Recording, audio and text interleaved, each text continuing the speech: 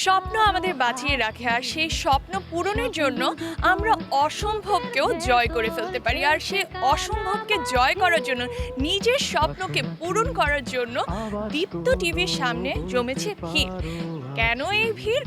কারণ শুরু হয়ে গিয়েছে দীপ্ত স্টার হান্ট। হ্যাঁ, শুরু হয়ে গিয়েছে দীপ্ত স্টার হান্ট, আর আমি সররিত আছি পুরোটা আয়োজন জুড়ে। আর আজকে কিন্তু দীপ্ত টিভির সামনে জমেছে একদম ভিড় জমে গিয়েছে বলা যায়। সকাল থেকে অনেক অসম্ভব রকমের ভিড়, পুরো বাংলাদেশ থেকে শত শত প্রতিযোগী এসেছে নিজের স্বপ্নকে পূরণ করার জন্য। কি স্বপ্ন? স্বপ্ন একটাই, স্টার হতে হবে। So are you guys ready? টান টান উত্তেজনা, এখানে সবাই নার্ভাসও আছে, এখানে সবাই কনফিডেন্টও আছে যে আজকে তারা অডিশন রাউন্ড তো পার করবি আর এই স্টার হান্টে স্টারও হয়ে যাবে। সো এখানে খুব কনফিডেন্টের সাথে একজন সুদর্শন পুরুষ বসে আছেন। সো আপনার নামটা কি জানতে পারি? অবশ্যই, আমি রেজন লিওন, ময়মনসিংহ থেকে আসলাম দীপ্ত স্টার হান্টে।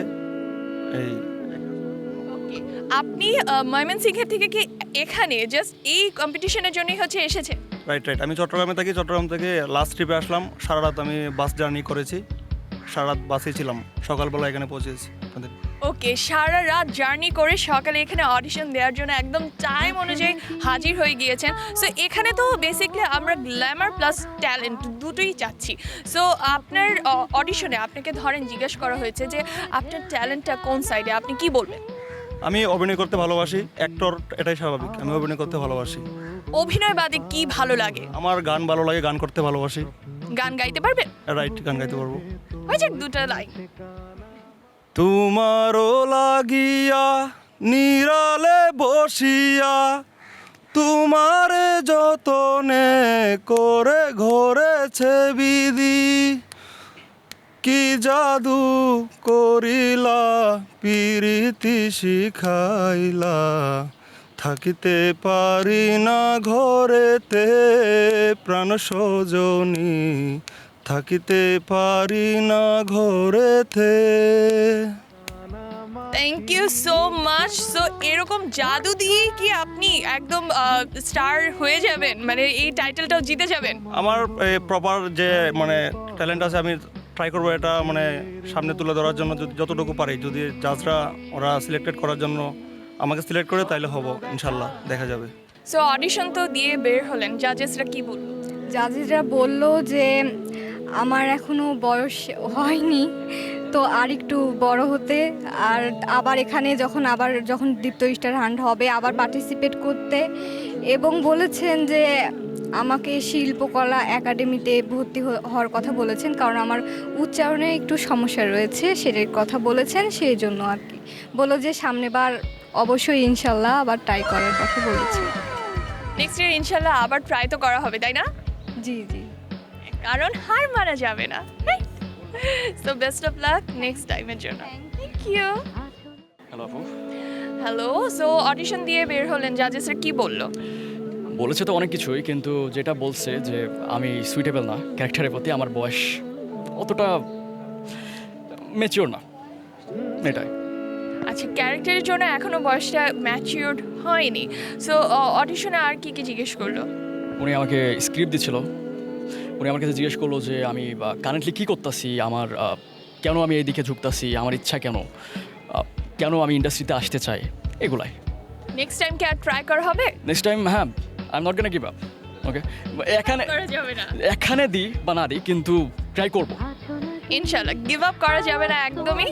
সো নেক্সট টাইম ইনশাল্লাহ আবার দেখা হবে। অ্যাটলিস্ট আমার ভেতরে এই রিগ্রেটটা থাকবে না যে আমি চেষ্টা করি নাই, চেষ্টা করছি, নিজের থেকে যতটুকু দেওয়া যাচ্ছে ততটুকু দিয়েছি, এখন বাকিটা ওপরে আল্লাহ নিচে আমি, ইনশাল্লাহ।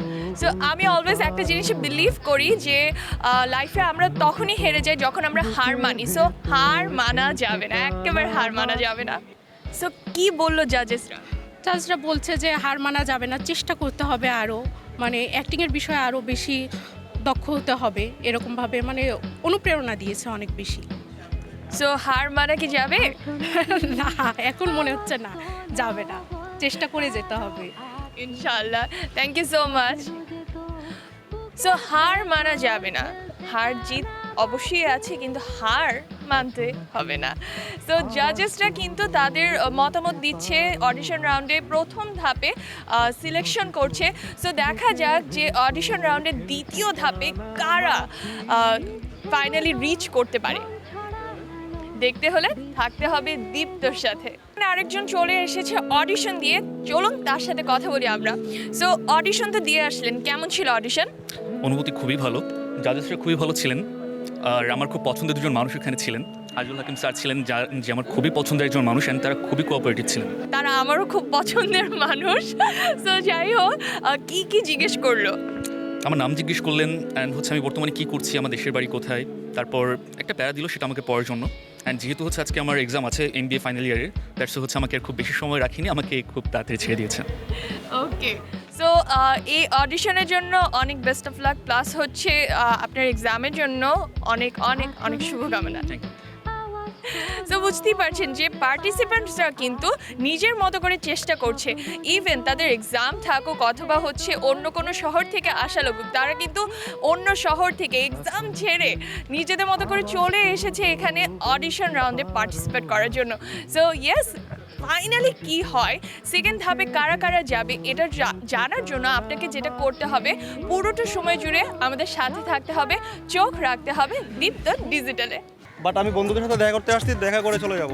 না, আপনি কিছুক্ষণ আগে বলছেন আপনি বেয়াদব, আপনি বেয়াদবি করছেন সবার সাথে, এখন কি আবারও আপনি বেয়াদবি দেখাচ্ছেন? হ্যাঁ রাইট, আমার টাইপটা এরকম ভাই। তাহলে আপনাকে এক্সকিউজ করা যাবে যদি আমি একটা কিছু করতে বলবো, সেটা করতে পারলে আপনাকে পানিশমেন্ট দেওয়া হবে না, এক্সকিউজ করা যাবে। আপনি করতে রেডি আছেন? রেডি, বলেন। আপনি এখন এই আপুকে প্রপোজ করে দেখাবেন, ওনাকে যদি আপনি ফ্লার্ট করতে পারেন, কনভিন্স করতে পারেন, দেন আপনাকে এখান থেকে ছাড়া হবে, না হয় এই কার্ড আমি নিয়ে যাব। জি আপু, আপনাকে একটা কথা আপনি সুন্দর করে বলতে হবে, একদম রেডি নেন। এভাবে বললে আমি জীবনও মানবো না। আচ্ছা আচ্ছা, আমার একটা কথা বলার ছিল। আপনাকে আমি দেখেছিলাম এই নিউ মার্কেট, ওই দিন আপনি রিক্সা থেকে নামলেন, বাট ফার্স্ট দেখায় আমি আপনার সাথে কথা বলার সাহসটা করতে পারি নাই। ভুল দেখেছিলেন, আমি নিউ মার্কেটে তো যাই না। আমার চেহারা সম্পর্কে ভালো আইডিয়া আছে, আমি আপনাকে দেখেছিলাম বাট কথা বলতে পারি নাই। আজকে এই সুযোগে পেলাম, আপনাকে একটা কথা বলতে চাই, যদি বেয়াদবি আনেন। আপনি তো বেয়াদবি করে যাচ্ছেন, আপনি তো ওই রোলেই ছিলেন, এখন কিভাবে বিশ্বাস করব যে বেয়াদবি নিব না? না, আপনার যে ফেসের যে একটা মানে লেভেল, আমার এটা আসলে অনেক ভালো লাগছিল, আমি তখন বলতে পারি নাই।